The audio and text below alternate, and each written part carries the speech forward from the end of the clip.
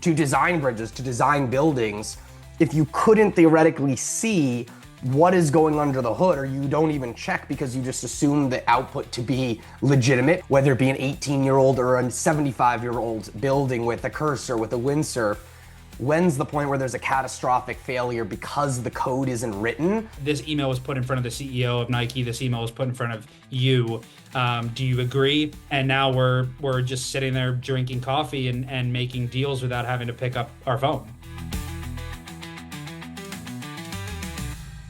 Hey everyone, my name is Max Goldberg. I'm a two-time exited startup founder. I went through Techstars back in 2022, was acquired in December 2024, and have since decided to help founders navigate startup fundraising. I'm here with Michael Spitalier. Would love to have you introduce yourself. So I started my first company in college. Have started three since then as well. I started a firm called First Time Founder Capital that I run today. I have been building a network of active investors, just surpassed 600 angels, VCs, family offices, CVCs. Absolutely incredible. I'm curious, in terms of the companies you're working with right now, is there any sort of hot button industries, focuses that you see getting funding or moving along more quickly with VCs? You know the answer to that, Max. Come on. I think it's going to be two letters. It's gotta be AI. Yeah. Gotta be. Yeah. Tell me Yeah, more. it's interesting. It reminds me. So right before I started this company, I got to witness the rise and fall of Web3, Yep. um, And a which quick was fall. quick fall, but Yeah. very, very interesting to sort of witness this whole, almost overnight you could go from struggling to fundraising to mentioning Web3 in your pitch deck and getting a blank check from, whatever firm you want, essentially. And then we sort of had to deal with the windfall of that industry, but it sort of feels a little bit similar in the hype of it. But I do think that there's a lot more longevity to it. At least for now, Web3 really didn't have a whole lot of really pertinent and necessary use cases. But AI has already shown, throughout how long has OpenAI been around? I Three, mean, 4 years. yeah, GPT. Um, I mean, it's shown in that this very short time that it's come with major unlocks. It's given founders the ability to create companies extremely quickly, see revenue extremely quickly. We're seeing founders try and utilize AI and integrate AI into every industry possible. Some working better than others. You're starting to see a lot of founders, go with the classic. Bringing it back to Web3, I'm a Web3 company, but there's no actual Web3 capabilities. There's no purpose of saying it aside from just trying to get a check. We're starting to see some of those creep out as well. So I think that there's a huge distinction at this point between um, Sure. what actually has a purpose in AI and what is utilizing AI to try and get the capital in the door. For sure. In terms of Web3 and AI, where we both had this promise of, revolutionary technology, shaking up the world order, leveling the playing field for consumers and businesses really around the world. What would you say, in your opinion, at least so far, is the biggest difference between Web3 and AI with respect to how investors are either looking at the deals, maybe due diligence, and really how startups are approaching VCs with AI? That's a really good question. So you're sort of asking how VCs are seeing AI startup fundraising differently than they saw Web3. Is that the question? Yeah, Yeah, so I think that that's a very good question. I didn't have the insights or the sort of insider conversations or relationships, if you will, during the whole Web3 thing, so I can't sure. speak to their mentality aside from, what I heard on podcasts and things along those lines. Um, But now I think, to answer your question a little more broadly, I do believe that AI has, in the startup game, AI has brought the barrier to entry for startup founders way down, but it's also brought the defensibility way down, the Mhm. differentiation way down. You prop one thing up in a weekend and it starts to see a little bit of revenue, and then 2 days later you see 50 copycats. How are you going to differentiate? The only way to differentiate is to start seeing that traction, start gaining that revenue. So I think that it's sort of flipped the industry on its head. Hmm. Um, and now, investors are I'm seeing every single investor I'm talking to, maybe one out of the 600 or two out of the 600 or so, um, isn't looking at AI deals. But I'm starting to see every single investor, every conversation I have with them, we're looking at blue tech and AI. We're looking at, space tech and AI. We're looking at B2B SaaS and AI. It's starting to become um, sort of overwhelming. Yeah. You're going to be hard pressed to find an investor that isn't looking for a hot AI deal. Got it. And just for everyone listening, as a startup founder, when you're fundraising, you're going to prepare what's called a data room, which is essentially a due diligence package, whether it's legal formation docs, tax documents, write-ups on your team, your technology, etc., so that investors can go through your deal and see, is this company legit? And take a deeper dive into the specifics that really don't shine in the pitch environment.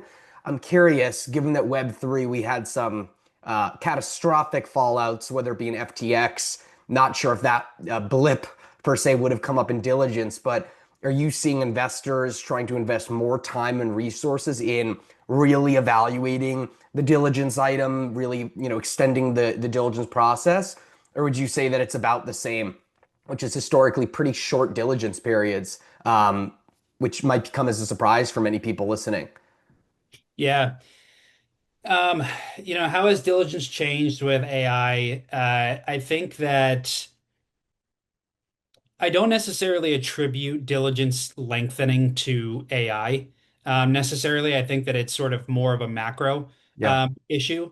Uh, but I do think that, there are going to be some companies, some VC funds that aren't necessarily, technically capable of diligencing a really deep technical AI company. Hmm.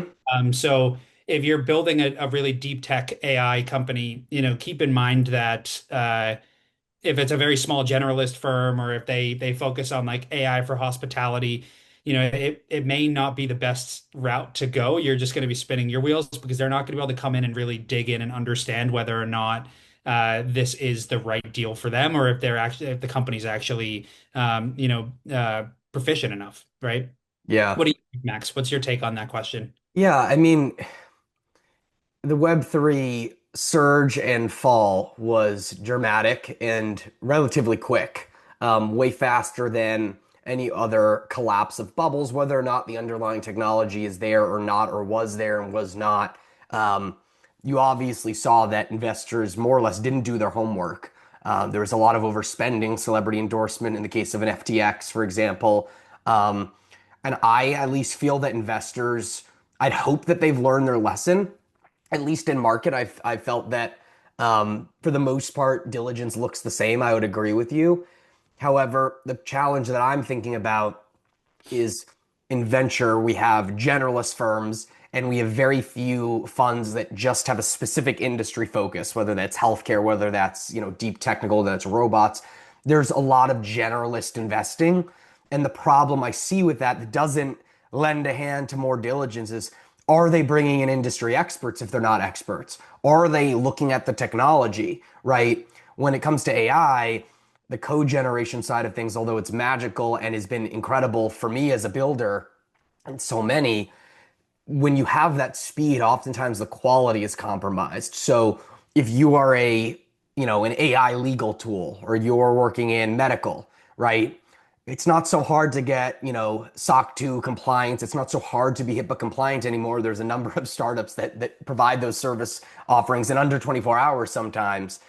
And the question is, does the actual code quality, does the security of the system they built actually protect the end user in sensitive industries? And I don't know. I suspect we're going to have some sort of massive data breach, some sort of falling out.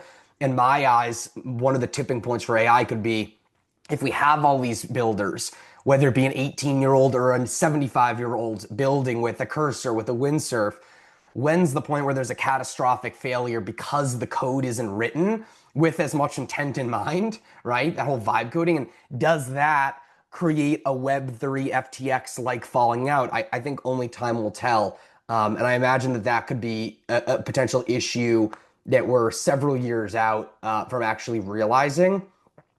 But I'm curious, in terms of at least the AI companies that you're working with, just to move focus for a second, Yeah. where would you say is some of the more interesting or compelling use cases of AI?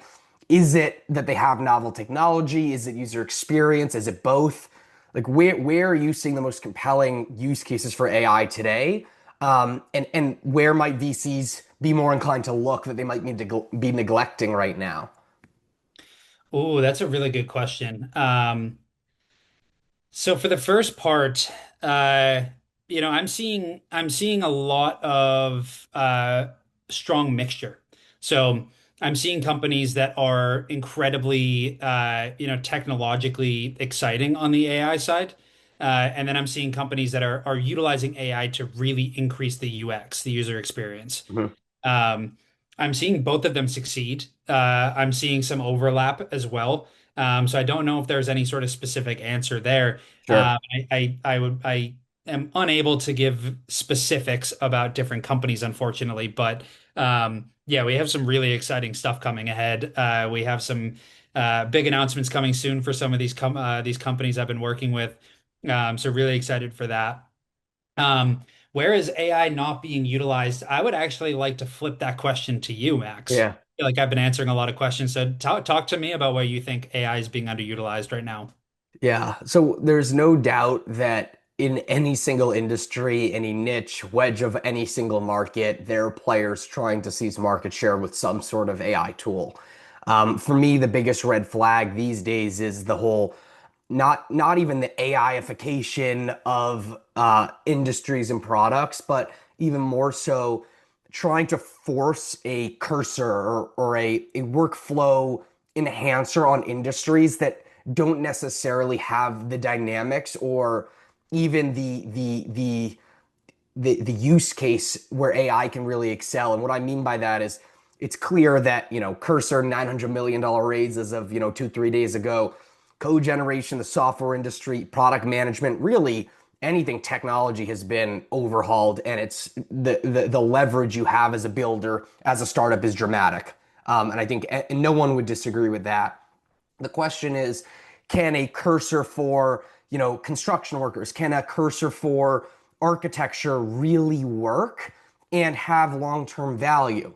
And I think immediately on the surface, most people say yes, because, well, we can save time, we can save money, we can automate these workflows. There are some repetitive tasks in any sort of industry.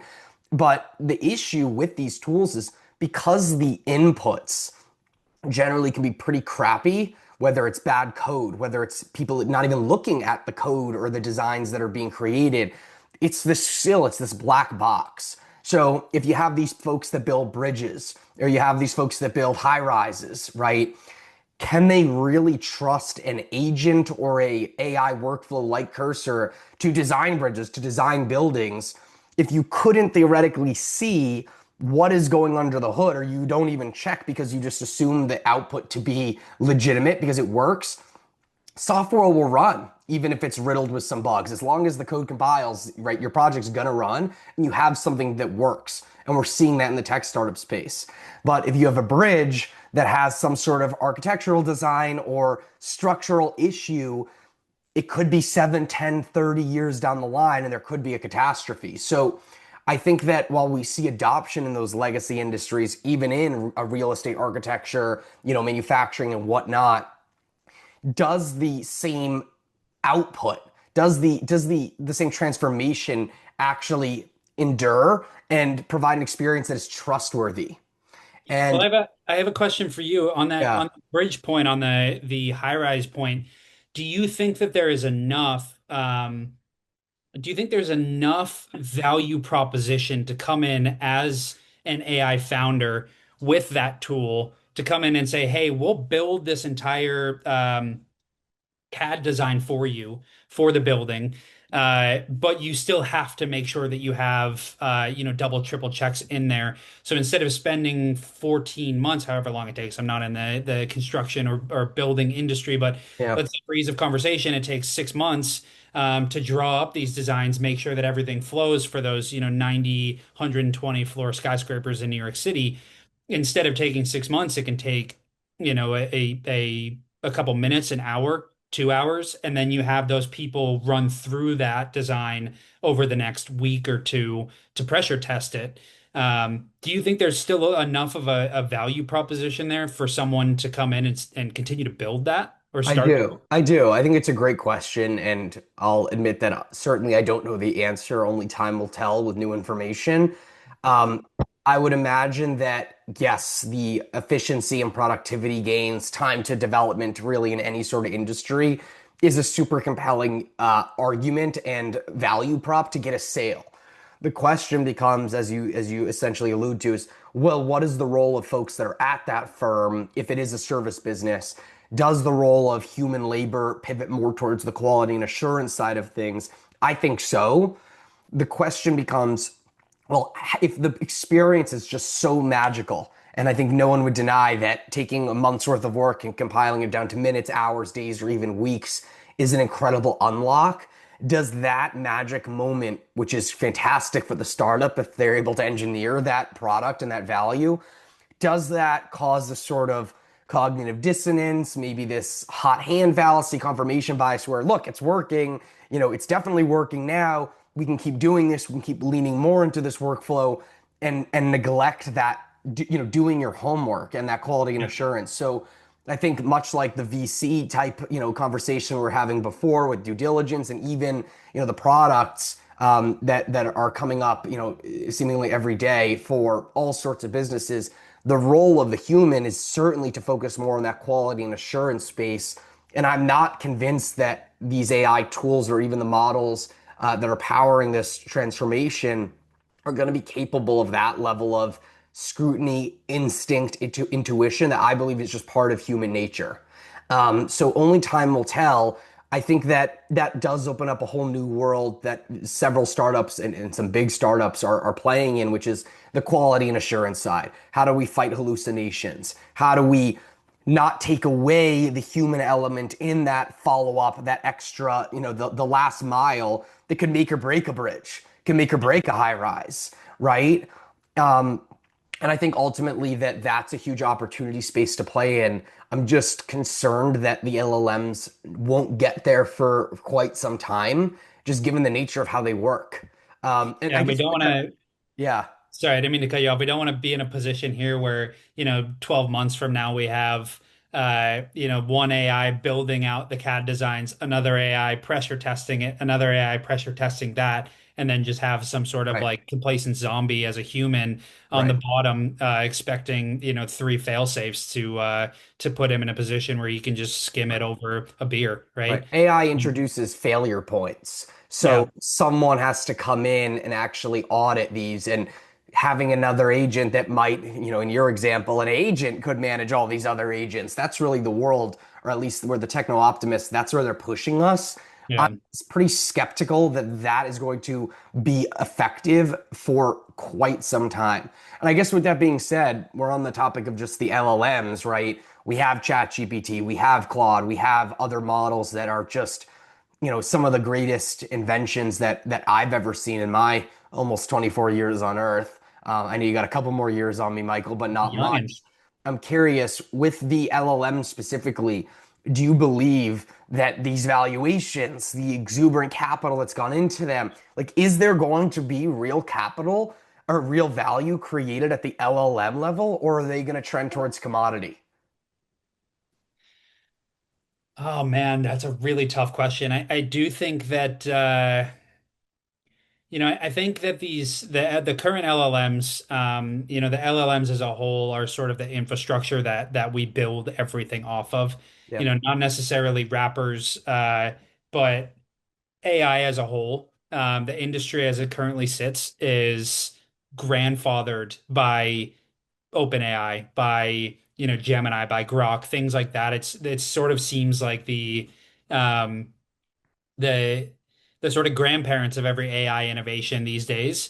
I do think that we could see if it isn't already happening, a sort of race to the bottom in price in all of that, while the price per compute or the actual physical compute we need is continuing to build, right? I mean, you see. I think Facebook announced yesterday, or Meta announced yesterday, I believe it was an $11 billion deal for nuclear power. Yep. So you're starting to see these companies, these massive LLM providers, they need the energy. Um, Which doesn't exist. Hosting those is massive. I mean, massive suck of energy. So now they're looking to, renewable energies. They're looking at different energy streams. So I think that I don't believe I answered your question succinctly, but I think I think they're fascinating businesses. I don't know if the spend over the next 10 years is going to be overtaken by profit. I Mhm. don't know. I think we're going to have to see. They're still so young that it's really impossible to say. I mean, if you look at Uber, for example, right, where they had this growth at all costs mindset, so they just kept raising and raising and raising and raising, and it took them 11, 12 years to see any sort of profit Yeah. once the car came in, right? I mean, that was sort of Travis's mindset. That's similar to what's his name at WeWork. They came up at a Adam similar Newman. time. Yeah, Adam Newman, where they had this sort of growth at all cost mindset. I don't necessarily believe that that's what OpenAI and the others are doing per se. It certainly could be, but I think it's still too early to tell. Yeah. Look, I cite him all the time, but Warren Buffett seeing pretty much every major technology or technological revolution shift. I mean, he's well into his 90s, so he's seen a little bit.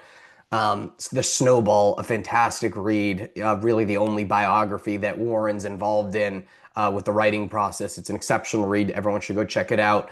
But something that's stuck with me since reading this 750-page book on pretty much everything that's gone through his mind since he was 11 years old to in his 90s, having this idea that very rarely does the true disruptor or the new innovation, the company or the entity, whether it even be a government or, a for-profit entity. And I know OpenAI kind of sits in this murky water between the two. So we'll see how that plays out. But having this idea that usually the disruptor ends up becoming commoditized, whether it's electrical companies, energy companies, gas, whether it's railroad, these are now failing for the most part, dying industries that you don't really see much growth anymore. So sure, they built the tracks, they built the infrastructure, the grid, but really the companies that took advantage of the grid, took advantage of rail, whether it be logistics suppliers, etc., those are the companies that really saw the terminal value, like the real value in an industry in the long term, right? So the fear where, and I think we can both agree, and anyone who's listening to this can probably agree that there is in a one-way door bet on AI. If for some reason, the capital expenditures, the energy, the building out these facilities, the hardware, the hoppers, everything, if the revenue never exceeds the investment to build out the infrastructure, you will see some kind of restructuring at some point of these companies. And the question is, if there's a fallout even from one model, does that allow another company that's better positioned to hop in and really power the startups that had that infrastructural loss? Or are you in a situation where now 30% of companies that are building on top of this technology are shut down? Or Yeah. they're forced to scramble and change all of their code, their infrastructure, really the foundational model that powers the technology, right? What happens then? Is there a huge collapse? It's very possible that that could happen. So I guess when it pertains to venture, I'm curious, like if you were a VC, right? And I know you're in and around this industry and probably are going to do some investing yourself at some point in the near future. The question becomes like what actually differentiates companies or what is that moat that could allow that doomsday situation to I'm sure there's going to be some effect, but lesser of an effect on your portfolio companies or the VC's portfolio companies. Like, what actually could have a startup or let a startup survive that kind of fallout? Is there anything that could help them survive? I mean, that is a very wild question. So, I think there are a couple different avenues we can take. I'll just like lightly mention a few and then dive a little bit deeper into Sure. one that I have a experience with. I think that you and I were having a conversation the other day about this idea of AI wrapper companies and whether or not they're sustainable, if they're investable, things along those lines. And I made a correlation to Meta, Instagram, Facebook changing their algorithm and screwing with a lot of content creators, Yeah. money, their businesses. So when it comes to the AI wrappers, yes, I do see some viability in investing in them. I see them, skyrocketing in revenues. But if one day Sam Altman wakes up and he's like, I'm done with this. I'm going to come in. I'm going to have my people identify the top 1% of the companies that are making the most money, Yep. recreate those like Zuck does with Snap, and then shut down the store, right? So now every AI wrapper company is essentially left in the cold. They're not seeing revenues. They have to start from scratch, if at all possible. Yeah. So I think that there's some dangerous grounds there. I wouldn't necessarily say it's thin ice, but we could see them starting to chip away. Like you said, if they start seeing this sort of commoditization coming down the hallway, they may need some new revenue streams to start pulling in some cash and start seeing some profits. So if they see that as the easiest way to go about that, is it going to be worth sort of pissing off Yeah. a lot of people that really love you and make a lot of money off of you if you can survive? I mean, that's for them to decide. So Yeah. that's a little bit dicey. I was actually going to ask you the same question. So going back to sort of the early stage where both of us are currently playing, I work with pre-seed to Series A, and I get this question a lot, and I think about this a lot. What do you think? Bringing in sort of Peter Thiel's mentality for a moment, 0 to 1, you have to have specific moats Yeah. in order to be investable and have a strong growing business. So with the sort of technology taken out of it, because everyone's has access to the same AI technology now, with the uh, with that taken out of the equation, what do you think for early stage founders that are either building right now or thinking about what to build, what do you think the moat should be or could be or Yeah. will be for founders that are building and looking for investment here? It's a great question. In terms of long-term value creation and durability of these startups, I think there's no question that the greatest moat for any startup that has ever existed, and certainly the AI startups that are bubbling up across the board, the greatest moat is brand. 9 months ago or so, I started posting social media content on Instagram. Never saw myself as a content creator type. I still don't view myself that way. But is there a way that I can provide value to people? Is there a way that I can market myself and my story? And if you're watching this video, obviously the brand was at least somewhat effective.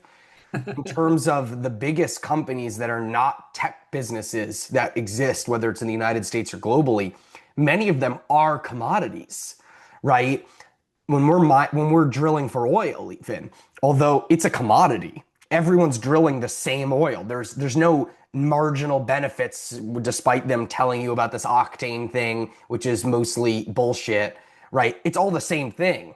So like ultimately, even from gas stations to utility providers to soft drinks, chips, anything that is largely commodity, very low cost items to produce, manufacture high, at large scales.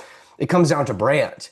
A Coca-Cola hasn't survived, and I don't want to misquote their founding date, but I'm assuming it's at least been about 100 years, at least.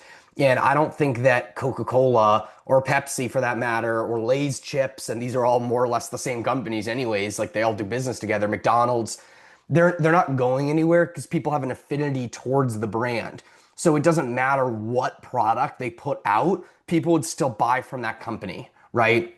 And I think that also comes down to another element of business, which plays more in Apple's wheelhouse, which is like their brand is so strong. that they have this pricing and elasticity that's incredible. So if for every dollar that they raise the prices, there's almost no drop off in demand. Even at $1,000 or $2,000 or $3,000 increases in their computers and their phones, whatever it might be, people still buy the products. And at least with the current, batch or so wave of AI companies, I think there's a lot more of an emphasis for founders to take advantage of brand, which might look like building in public, which might look like having a media company or a media company that builds products, because it's not just the distribution, it's the trust. So if you had some sort of situation where you're a law firm and you had two or three subscriptions to different AI companies, and one, the people were kind. The people always gave first. They gave value. They're constantly there with you. That is brand, right? It's not just a logo. And that will allow the businesses to survive those sort of situations where that loyalty and that trust with said entity is there. So I think like some of the tactical ways to do this are posting on Twitter X, posting on LinkedIn, even posting short form social media, even in B2B. There's still so much alpha. It's still so early there because the algorithms are so good at pushing different videos and pieces of content to the interest groups that are going to be most receptive to them. And it's free. So I think you're doing a massive disservice to yourself if you're a builder or any sort of business. To not be posting is just losing out on opportunities. Whether or not those are financial opportunities, there's going to be that opportunity cost that is that brand affinity. So if I was investing in companies today, I would almost require portfolio companies to be posting on social media every day. Because at that point, are you really allocating capital effectively? If you're burning on paid ads with Meta Ad Suite or whatever, like chances are you could achieve that result either at a lower customer acquisition cost or just a better result for free with that consistency and with that creativity.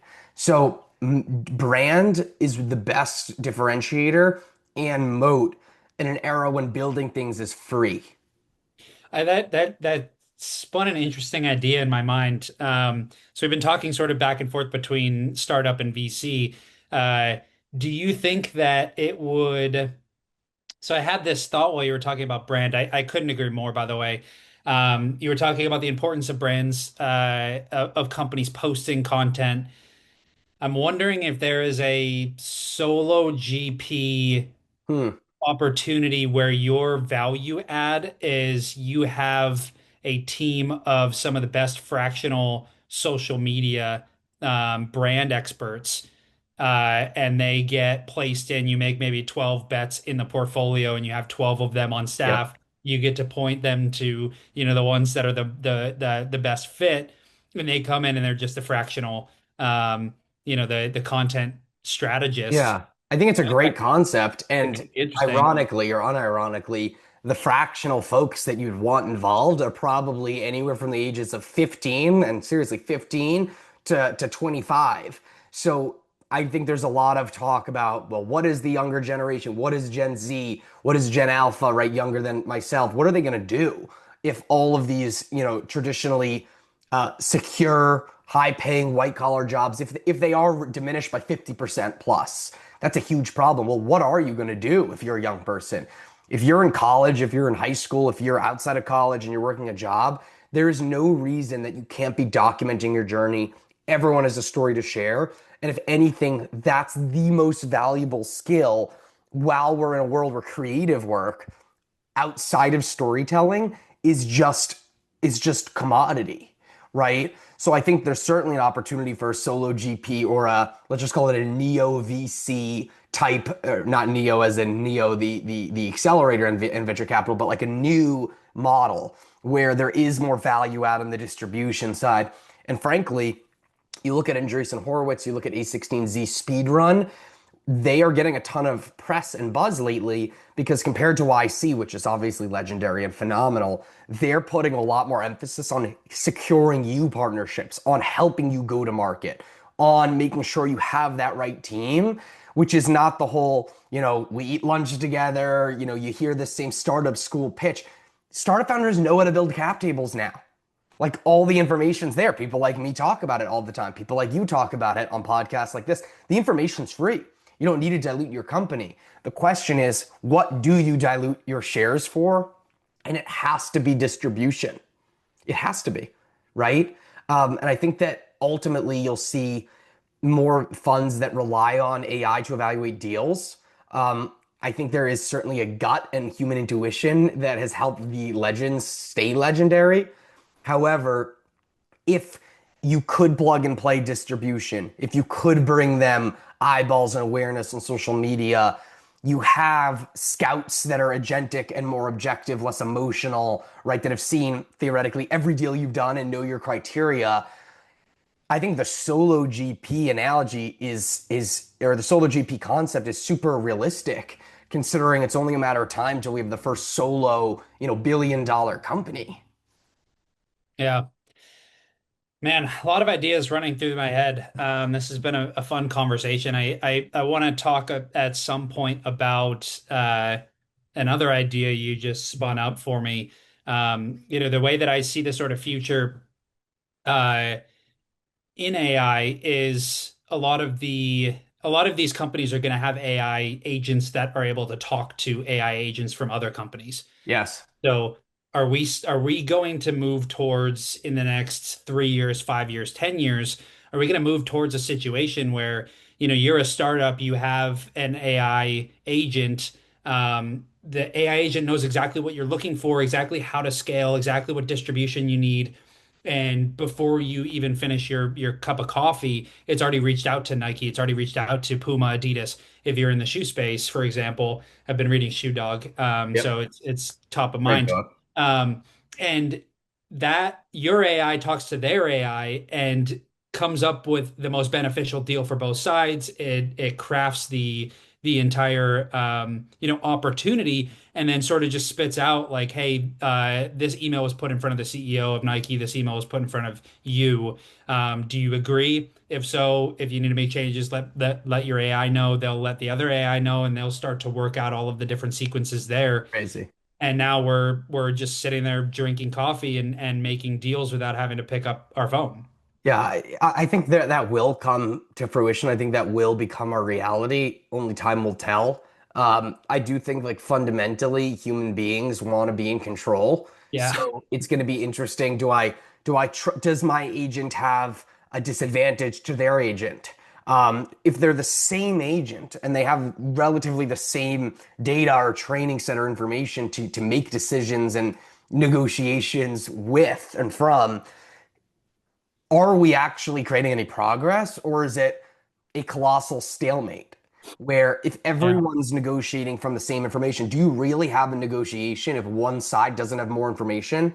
If one side doesn't have the unique insight as to why they want to do a deal, right? So I think we're again talking about commodity, and it's like if there's a world where everyone has the same opportunity, which will never truly be the case, but at least for middle class, lower middle class, that will definitely have a stepwise function up, as will the ultra wealthy will have probably a far larger exponential